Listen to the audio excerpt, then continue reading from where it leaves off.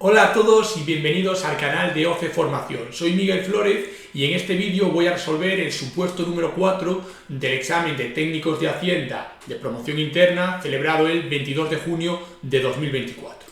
Este supuesto número 4, resumiendo un poco lo que nos va a decir el ejercicio, nos pedía analizar en un primer lugar si teníamos un arrendamiento y ver si el arrendamiento era operativo o financiero, luego registrarlo de forma coherente con la conclusión a la que llegáramos.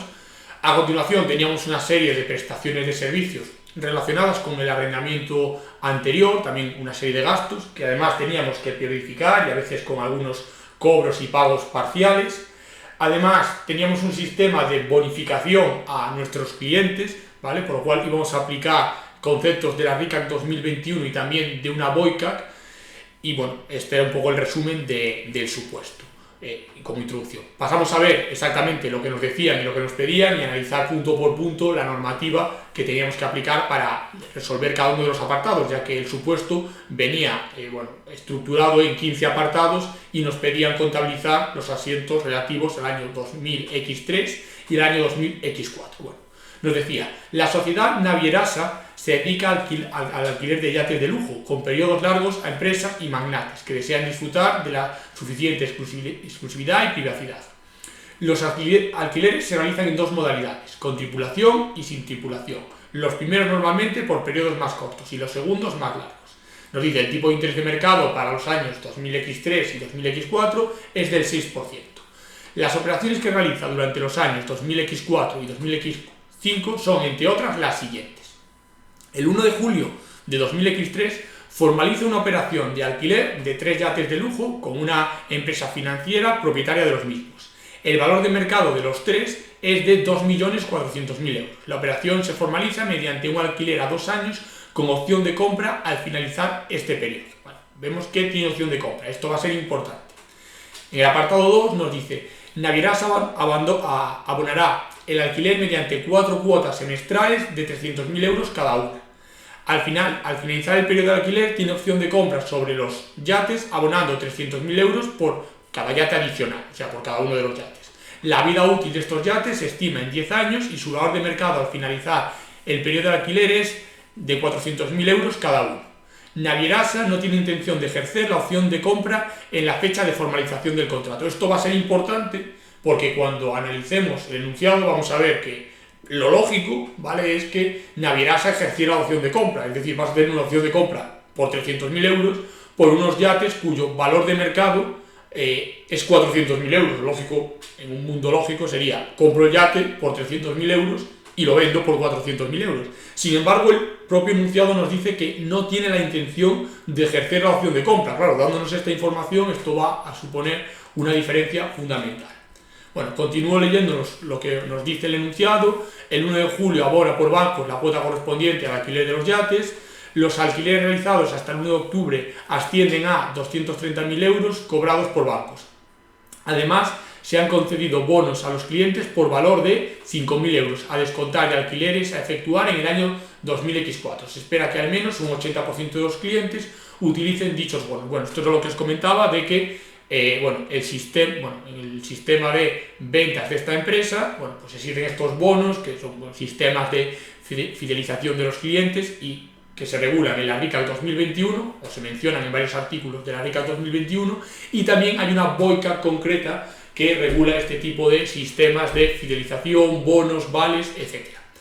El 1 de noviembre acepta una oferta de una empresa que se dedica a organizar excursiones en yate por las islas del Caribe, por la que les ofrece alquilar dichos yates durante 4 meses, de noviembre a finales de febrero.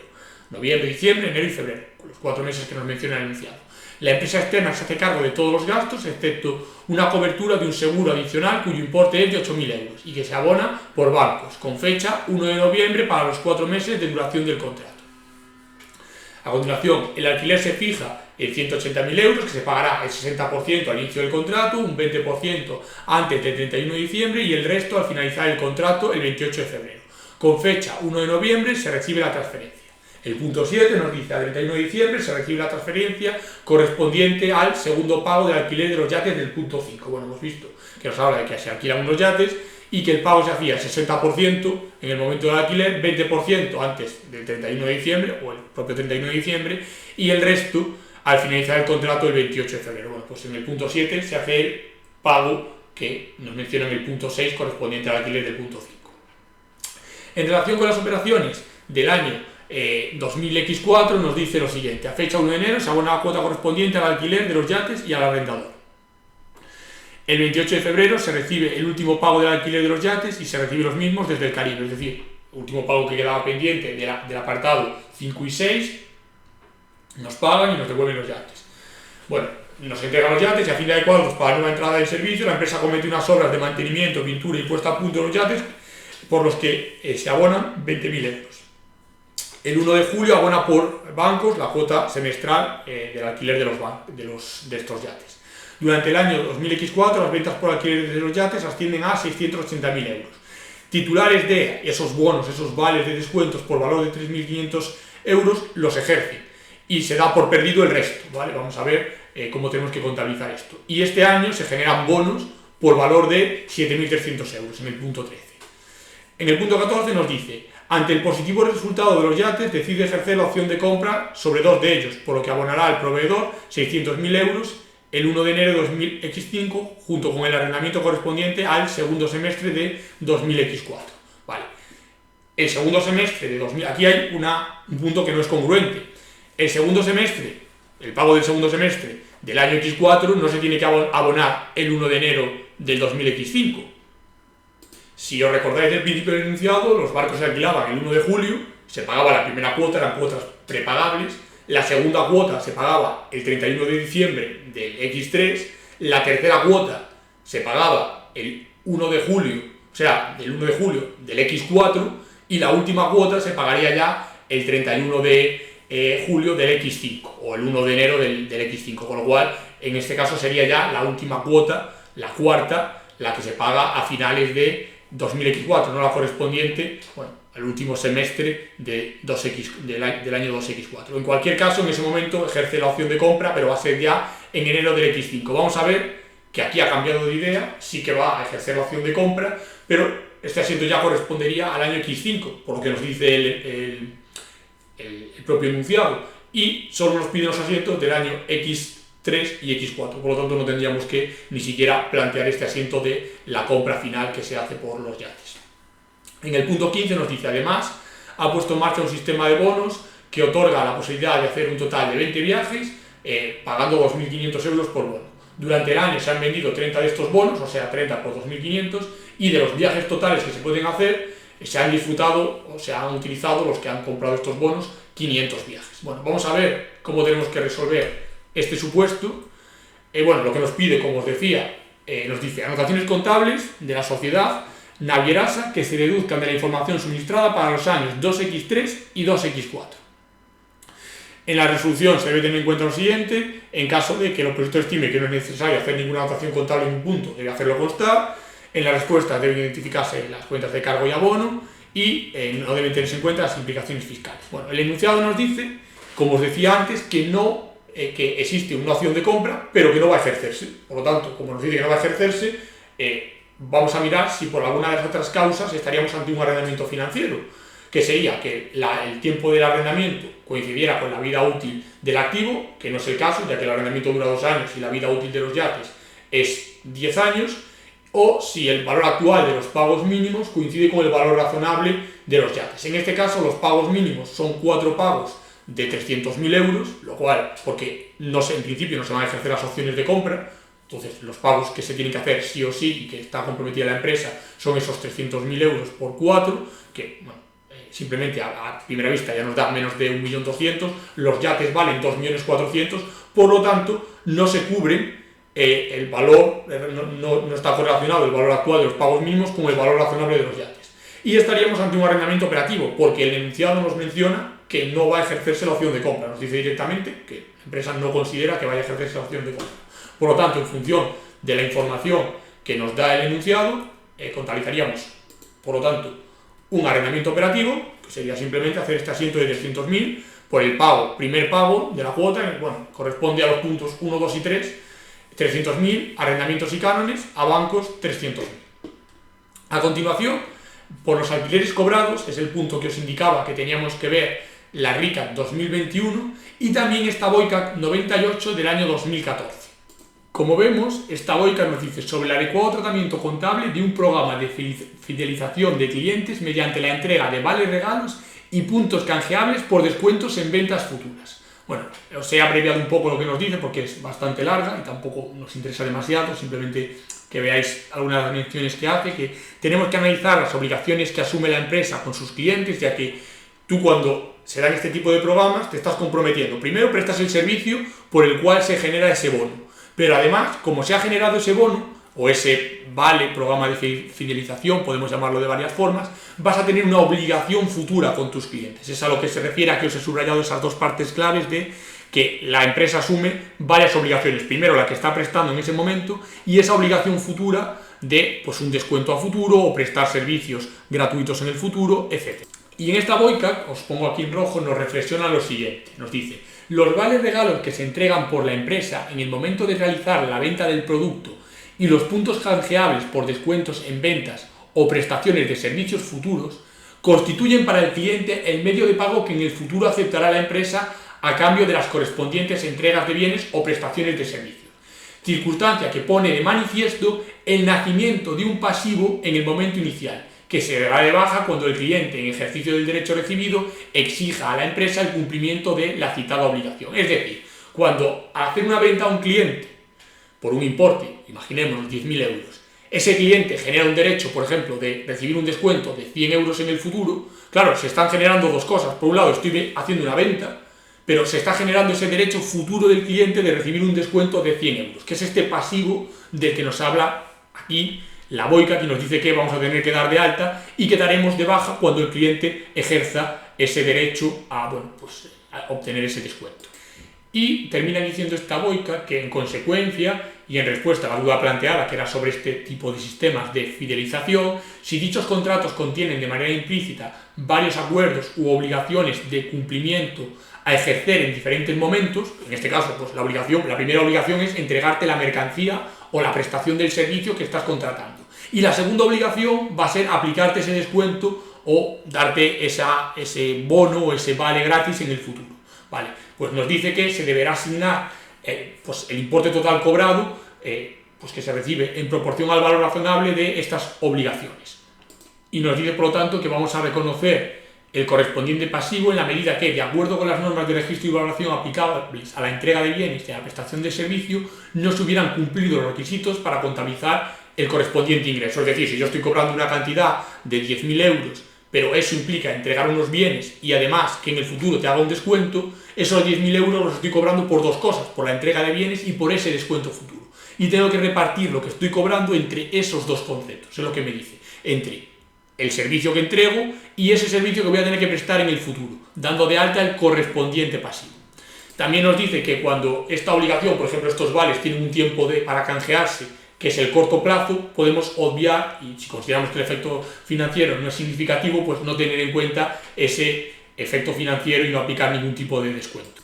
En línea con lo que nos decía ya esta BOICAC que en el año 2014, en la RICAC 2021 nos dice, para el reconocimiento de ingresos por la entrega de bienes y la prestación de servicios, nos comenta que cuando la empresa se comprometa con el cliente a cumplir diferentes obligaciones, el precio de la transacción se deberá distribuir entre cada una de ellas en el importe que represente la parte que la entidad espera recibir a cambio de transferir los bienes o servicios comprometidos con el cliente. Es decir, una vez más nos hace mención a prorratear lo que nos está pagando el cliente entre estas diferentes obligaciones. Bueno, pues en este caso, en el ejercicio que nos ocupa, nos dice que se ha facturado a clientes por 230.000 euros.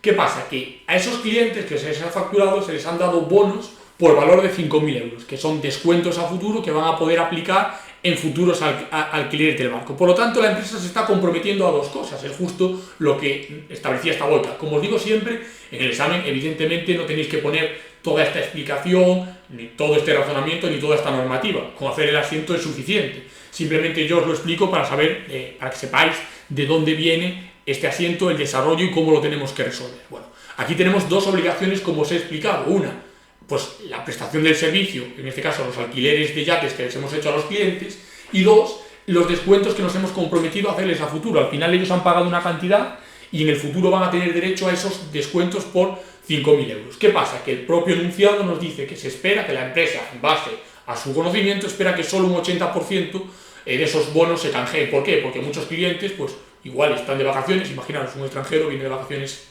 a España, alquila un yate, lo utiliza, no va a volver a España, aunque tú le des un cupón de descuento, probablemente no vuelva y nunca lo va a usar, por poner un ejemplo. Entonces la empresa, basándose en su experiencia, considera que solo un 80% se van a canjear. Por lo tanto, y en base a esta experiencia de la empresa, tenemos que dar de alta el pasivo del que nos hablaba la BOICAC 2014. Y por lo tanto tendremos prestación de servicios porque ya se han entregado servicios por 226.000 euros, pero en el futuro vamos a tener que entregar servicios de forma, gratuita o con un descuento por importe de 4.000 euros. Por lo tanto damos de alta la cuenta de anticipo de clientes, que aunque es de clientes es un pasivo porque es una obligación hacia el cliente ya nos ha entregado el dinero y nosotros en el futuro vamos a tener que prestarle el servicio. Por lo tanto, del total que nos pagan, una parte es prestación del servicio, pero otra parte van a ser servicios que vamos a tener que prestar en el futuro, gratis, o en este caso, aún con un descuento. Por lo tanto, el asiento que haríamos es el que veis ahí, entrarán por bancos 230.000 euros, pero solo 226.000 euros tiene la consideración de servicio ya prestado. A continuación, nos dice que se llega al acuerdo con una empresa que hace viajes por el Caribe, se le va a alquilar el barco durante 4 meses y esta nos va a pagar 180.000 euros, que nos lo va a pagar en 3 veces. El 60% ahora, una parte a 31/12 y otra parte al vencer el contrato cuando nos devuelvan los barcos. Bueno, lo primero que tenemos que tener en cuenta es, nos paga 180.000 euros por esta prestación de servicio, pero claro, los 4 meses engloban 2 meses del año 2000X3 y 2 meses del año 2000X4. Por lo tanto, tenemos que periodificar el ingreso. Una parte de los ingresos corresponden al año X3 y otra parte al año X4. Bueno, aquí veis la periodificación de ingresos. Una parte es prestación de servicio y otra parte es ingreso anticipado. Luego, por otro lado, por bancos, como os he dicho, nos paga el 60% de 180.000 euros, 108.000 euros. El resto queda pendiente en la cuenta de clientes. En este caso, como va a pagar en los próximos 4 meses, una parte en 2 meses y otra parte en 4, pues es clientes a corto plazo, clientes 430. Nos dice que para asumir este contrato, esto está en el punto 5 y 6 dividido del enunciado, para asumir este contrato, el único gasto que tenemos que asumir nosotros, ellos asumen todos los gastos, es un seguro que nos cuesta 8.000 euros. Bueno, sucede lo mismo por el principio de correlación de ingresos y gastos. Si periodificamos el ingreso, vamos a periodificar también el gasto. El gasto de 8.000 corresponde a 2 ejercicios, corresponde a 4 meses, esos meses corresponden a 2 ejercicios diferentes. 2 meses son del X3 y 2 meses son del X5. Por lo tanto, pues 4.000 en prima de seguros y 4.000 en gasto anticipado. A 31/12 nos dice que nos paga el porcentaje que quedaba pendiente, el 20%, quedaba un 40%, esos 72.000 euros, nos paga el 20%, que es justo la mitad. 36.000 euros entran por bancos y cancelamos la cuenta de clientes por el mismo importe. A continuación, el 1/1 del X4 corresponde a hacer el pago semestral del arrendamiento de yates. Ya sabemos que el pago era semestral de 300.000 euros, hicimos el primer pago semestral el 1/7 del X3, el segundo pago semestral es el 1/1 del X4. Hacemos el pago semestral y tenemos que recordar que el gasto que teníamos de seguro y el ingreso que no habíamos podido contabilizar, y por lo tanto esos gastos e ingresos, el gasto de la prima de seguro que no fue gasto en el ejercicio anterior, ahora ese gasto va a ser gasto de los 2 meses siguientes, damos de alta el gasto contra el gasto anticipado que ahí teníamos contabilizado, y lo mismo con los ingresos de 90.000 euros, el contrato era de 180, 90.000 es la mitad, es ingreso de este año, pues fue ingreso anticipado, ahora va a ser ya la prestación de servicio correspondiente a este ejercicio. Continuamos con el enunciado, nos devuelven los barcos y en el momento de devolvernos esos barcos, finaliza el alquiler de ellos, nos paga lo que quedaban pendiente, que son 36.000 euros, de acuerdo con el punto 9 del enunciado. En el punto 10 nos dicen que los volvemos a poner a punto, son reparaciones de simple conservación, reparaciones y conservación porque son pintura, etcétera. Por lo tanto, lo llevaría a cuenta de gasto, reparaciones y conservación, pago por bancos, y el 1/7 pagaríamos el siguiente pago semestral del banco, de los yates, quedándonos el último pago semestral para el 31/2 o el 1/5, que es lo que nos dice el siguiente punto. A continuación, el enunciado que nos habla de las ventas de este año. Fijaros que aquí aún no tendríamos conocimiento de que finalmente la empresa ha decidido quedarse con los yates. Lo decide justamente cuando va a hacer el último pago semestral, el último que les queda, y en ese momento, bueno, pues además de hacer el último pago semestral, va a ejercer la opción de compra. Por lo tanto, en este momento aún no tendríamos conocimiento ni siquiera de ese cambio de criterio. Nos dice que, bueno, que las prestaciones de servicio de este año son por importe de 680.000 euros, y además nos menciona que de esos 680.000 euros, 3.500 se corresponden con clientes que tenían esos bonos que, bueno, pues suponían descuentos, pagar un importe inferior, que el año anterior habíamos dado de alta por 4.000 euros. Por lo tanto, de los 680.000 euros que nos tienen que pagar, claro, 3.500 no nos van a pagar porque son clientes que llegan con su bono y pues si tienen que pagar X cantidad, pagan un poco menos, y por lo tanto pues hay 3.500 euros que no nos pagan, consumiendo esos bonos que dimos de alta por 4.000 euros. Además, este año se generan bonos, bueno, pues estos clientes que han pagado han generado otros nuevos bonos para obtener descuentos en el año siguiente de 7.300 euros. Fijaros, esto lo podría hacer todo en un asiento, os lo he puesto en dos para que lo veáis más claro, porque si lo haces todo en un asiento, lo que pasa es que se cancelan los anticipos de clientes del año 2X3 y se dan de alta los del 2X4, bueno, incluso pueden ser por meses, puede haber algunos que se den de alta y de baja, etcétera, a la vez cruzados. Entonces los he puesto en dos asientos diferentes para que lo veáis más claro. Al final, el hecho de que se generen unos bonos este año, lo que supone es disminuir el importe de la prestación de servicios, al igual que hicimos en el año X3, que cuando hicimos las ventas del X3, las prestaciones de servicio, pues del importe total que cobramos, una parte era prestación de servicio y otra parte es anticipo. Aquí es igual, simplemente inicialmente he dado todo de alta como prestación de servicios y luego quito de la misma cuenta, de las 705, y doy de alta anticipo de clientes para reflejar que una parte de esos servicios no se han prestado, se van a prestar en el futuro cuando los clientes canjeen esos bonos. Bueno, como digo, lo podéis hacer todo en un asiento, estaría perfecto. Yo lo he hecho en dos para que quede mejor indicado en este caso. En el año X3 también podríais hacerlo en dos asientos, es decir, primero poner todo como prestación de servicio y luego quitar la parte de los bonos que se han generado. Por último, aquí tendríamos que tener en cuenta también el hecho de que habíamos dado de alta 4.000 euros de anticipo de clientes y hay X clientes, como os decía antes, por ejemplo, igual, pues unos clientes alemanes que vinieron, alquilaron el yate, se les dio el bono, pero no han vuelto a España, entonces no han usado ese bono que tienen. Bueno, pues cuando vencen, cuando pasa el plazo para utilizarlos, esos anticipos se convierten en prestación de servicio porque ya no lo van a poder disfrutar. Por lo tanto, el dinero que cobramos en su momento, pues pasaría a ser ya un ingreso porque ya no vamos a tener que prestar el servicio, se considera prestado porque tú tenías derecho a solicitarme ese servicio, no has usado ese derecho, yo ya te he prestado, ya te he dado lo que correspondía. A continuación, el punto 14 nos menciona lo que os decía anteriormente, que en ese momento, no sabemos exactamente, pues casi a final del ejercicio, decide que cuando pague la cuota del X5, el 1 del 1, va a ejercer la opción de compra, pero ya sería un asiento del año X5, no nos piden el asiento del X5, si ejerciéramos, bueno, si lo dejáramos indicado ya para la X5, tampoco sería un error, ¿vale? Simplemente habría que hacer un asiento debajo del punto 15, pues 16, el 1 del 1 del X5, pagando la cuota semestral y ejerciendo la opción de compra, dando de alta, por lo tanto, en este caso, los barcos que nos quedamos, y con el pago correspondiente, y no sería un error, ¿vale? O sea, no tendría mayor importancia, simplemente no nos lo pide el enunciado. Y por último, en el punto número 15 nos habla de un nuevo sistema de cobros que tiene, que es vender bonos de 30 viajes, perdón, bonos de 20 viajes, vende 30 bonos por 2.500 euros. Por lo tanto, ¿cuánto vende en total? 2.500 por 50, 75.000 euros. Y el enunciado nos dice que se han consumido 500 viajes de estos que se han vendido por bonos. ¿Cuántos viajes se han vendido por bonos? Bueno, 20 viajes por bono por 30 bonos, es decir, 600 viajes. Lo que representa 500 entre 600 es el porcentaje que se ha consumido de esas prestaciones de servicio que hemos comprometido.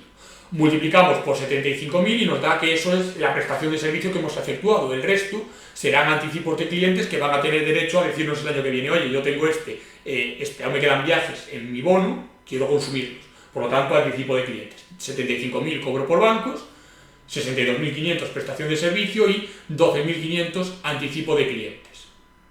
Y con esto estaría finalizado el ejercicio. Como veis, las trampas más complicadas era ver cómo funcionaban estos anticipos de clientes y no caer en la trampa de considerar el arrendamiento como financiero cuando el enunciado nos decía que la empresa, bueno, si la empresa dice que no va a ejercer la opción de compra, ella en su contabilidad interna tiene que contabilizarlo como un arrendamiento operativo, porque te está diciendo que no va a ejercer esa opción de compra y no se cumplía ninguno de los otros requisitos. Si te ha resultado útil este vídeo, no te olvides de suscribirte al canal para estar atento a todas las novedades que vaya publicando. Un saludo y ánimo con el estudio.